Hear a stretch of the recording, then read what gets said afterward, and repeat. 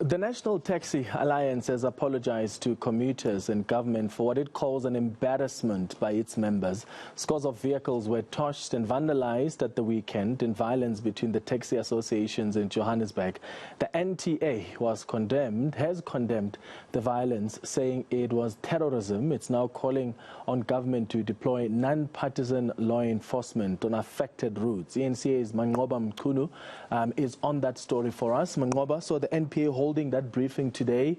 What else are they saying? They're condemning this violence, but what's the plan to stop it? Well, certainly, Clement, they have come out very strongly to condemn the incidents which we saw over the weekend. Of course, you'll recall that the allegation is that it was actually the WATA, or the Witwatersrand Taxi Association, that started these attacks on Saturday on Nandue members, and that's certainly been the allegation on the side of Nandue. So they're saying that they are condemning those acts by their drivers, who they say were partly responsible for what we saw over the weekend, but also saying that as the National Taxi Alliance, of course, they are supporting those negotiations that are taking place to try and perhaps find a resolution to this particular impasse. But the biggest of all was the apology that they've made to their commuters. They've apologized unreservedly, saying that, you know, they apologize for the violence that has taken place and for putting their lives in danger. And they're also apologizing to the MEC of Transport, to the Mayor of the city of Johannesburg, for the embarrassment that this has caused. They're saying that there is no amount of anger that would warrant or that could condone the events that we saw over the past few days. And of course, they are pinning their hopes that the talks that will be held tomorrow between the MEC and these two warring factions will heed some sort of results. But take a listen to that apology that was given earlier on by the NTA. We take this opportunity to unreservedly apologize to the commuters who have unjustly and undeservedly continued to bear the brunt of these wanton acts of violence arising out of endless conflicts.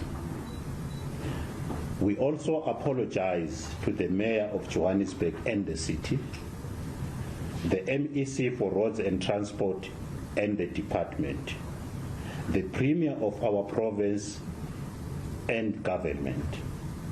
Last but not least, our national government, for the embarrassment we have caused them in the eyes of the world.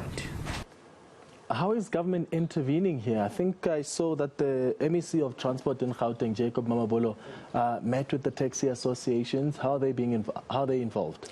Well, Clement, to recall that this was on Sunday when the MEC of Transport met with these two taxi alliances or associations to try and find perhaps some peaceful means so that they could continue with the work that they are doing of ferrying commuters. But what we do understand is that during that meeting, Clement, there were certain agreements that were reached between the MEC as well as the two warring associations. And one of that is of those agreements was the fact that there will be more law enforcement officials that are going to be deployed to try and ensure that there's peace in these routes, but also the fact that these two parties are then going to meet on Wednesday, where they're going to try and find a lasting solution to this impasse. The MEC saying that the talks went very well and both sides seem very committed to finding an everlasting solution and to finding peace in this particular impasse that we know, Clement, has gone on for quite a number of years. I mean, we're talking since 2014 when we used to hear of these